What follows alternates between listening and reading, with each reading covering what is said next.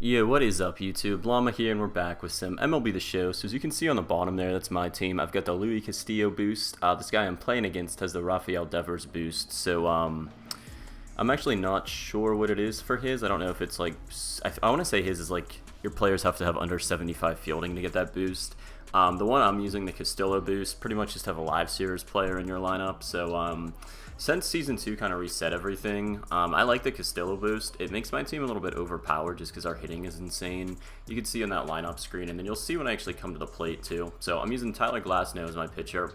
He's usually a like an 89 or 90 overall in this game, but because of that Castillo boost, it doesn't just boost my hitting, it boosts my pitching too by like 10, I want to say, hits per 9 and base on balls per 9. So it turns his overall from like a 90 to a 94, and it does that for all my pitchers. So if you guys have a lot of live series players, I would really recommend using this boost. If not, they're pretty cheap on the marketplace. I think you need 19 total, which is a lot, but your pitching staff counts too.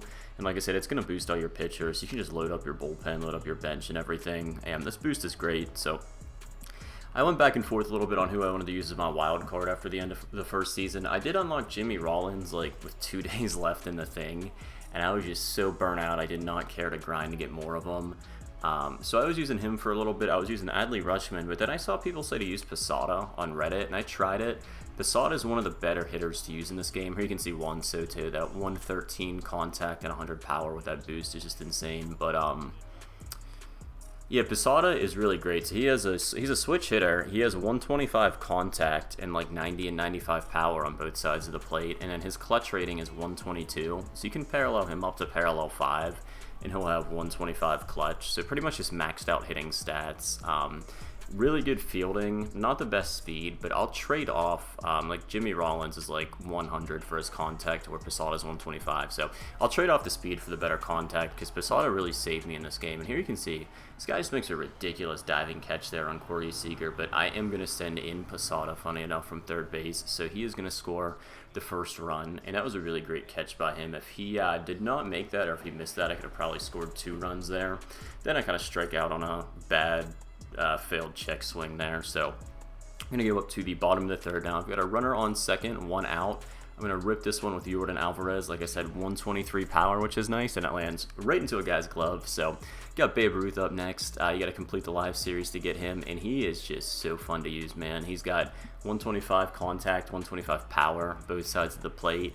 Really good speed, 68 speed on parallel 4, so get him up to a 69 speed, and he has the funnest swing to use in this game. So like I said, I really recommend doing the live series. So you can use this boost. It's going to help you out tremendously. And you'll get Babe Ruth, who's really good. The other players you get is Pedro Martinez and a 95 overall Pedro Martinez and a 95 Rafael Palmeiro. Why did I say Palmal? I'm losing my mind. But at first base, you get Palmeiro. As you can see, there's some loud-ass sirens. Come on, people. I don't care if someone's dying, needing to go to the hospital. You're interrupting my YouTube videos. No, yeah, you get a 95 Pedro, 95 Palmeiro. Palmeiro I don't have in the lineup because he's whatever. He doesn't have the greatest contact, in my opinion, but he has good power. But that Pedro Martinez card is super fun to use. So I have other videos on this, but I recommend if you're doing the live series, finish the Dodgers first because there's so many good players in the Dodgers series. You're going to get Mookie Betts, who's really good. Shohei Ohtani is another great player. And then when you finish the Dodgers, you're going to get Mike Piazza is your catcher, who's got like 115 and 110 contact. He's a really good catcher. He was who I was using until I wildcarded Posada. But the Dodgers are the most expensive ones. So like I said, do them first. You're going to get a good catcher. And I did the National League before I did the American League. So I unlocked Pedro Martinez first. Like I said, he's super fun to use. He's probably my favorite pitcher in this game. He just got such a good pitching repertoire with different pitchers. But as you can see, Tyler Glasnow is doing good. It was the 8th inning, so he went 7 hitless innings. Go to the top of the 8th here with 1 out. This guy just rips a solo shot off me, so it cuts the lead in half. I am using Craig Kimbrell, who is the you unlock him by collecting all the Braves live series. He's a 90 overall pitcher. He only has 3 pitches, but he's really good. But as you can see, this guy gets a base hit off Kimbrell with Rafael Devers. Next batter is at the plate. It's Profar, who he wild-carded, and Profar is going to get all of that one. Now, I do have Juan Soto in right field. He's a little bit slow to play the field, but his bat is just so worth the bad fielding. And I mean, that's not his fault. That was hit over his head. So yeah, he's had like 3 hits for me in this game. I haven't been doing too much commentary on all of them, but as you can see, another bomb flies right over Soto's head. So this guy put up 4 runs in the 8th inning. Really sucks. There you can see Babe Ruth is going to make that play himself to finally get us out of that one, but just a nightmare inning. We were up 2-0. Now it's 4-2. We're going to go bottom 8, 1 on here. Babe Ruth is going to get a nice little knock up the middle there. So you got 2 runners on, no outs, and I'm just really trying not to hit into a double play. We've got Yordan Alvarez, who is my DH because his speed is terrible in this game. But that power, 123 power, and he just rips one that just stays fair. So that's going to score 1 run.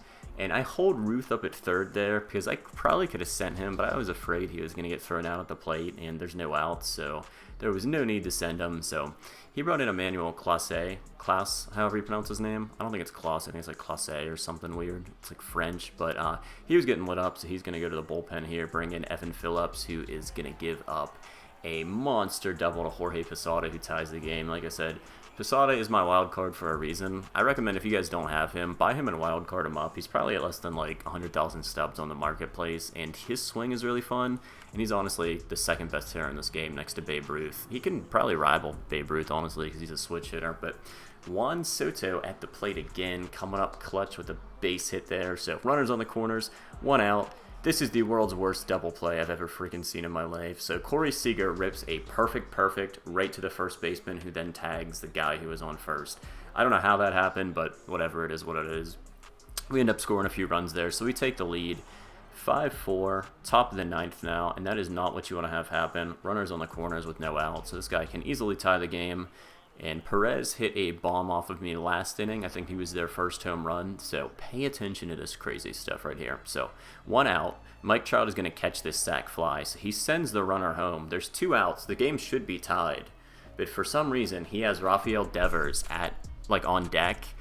And here I didn't even throw it to 3rd. I just threw it to home. I was like, please don't let him score. I don't care about that runner. I'm just worried about getting a strikeout. So that was the craziest thing I saw. He wanted to play hero with Devers instead of tying the game.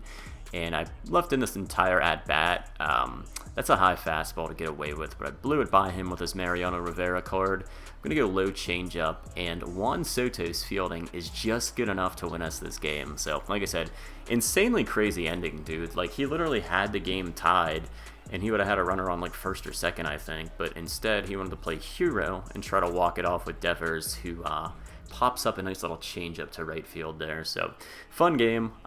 If you guys enjoyed this video, let me know in the comments. I recorded a couple videos yesterday. It's the first time I played ranked in a while. Had fun doing it, so I'm probably going to upload a few more of these, and then I'll probably actually start streaming some stuff on YouTube. I got to get my capture card and all that set up for how to stream, but fun little game there. So if you enjoyed it, leave a comment, thumbs up, do all that stuff, and I'll catch you guys in the next one.